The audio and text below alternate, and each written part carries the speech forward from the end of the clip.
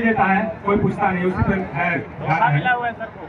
हित परित हिताई मिताई जात छोड़ देला।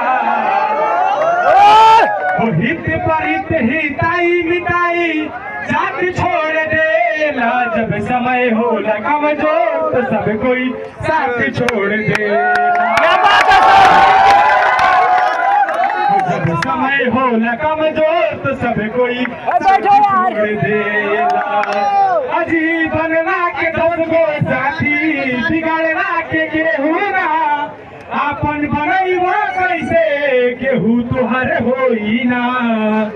अजीवन ना के दस गो साथी बिगाड़ना के केहू ना आपन बनैबा कैसे केहू तुहर होई ना। वो भाई के हाथ से हाथ में हाथ छोड़ देला।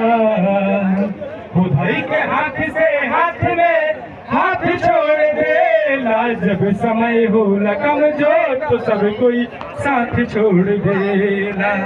जब समय साथ छोड़ देला, है ना भाई। तो जब समय कमजोर होता है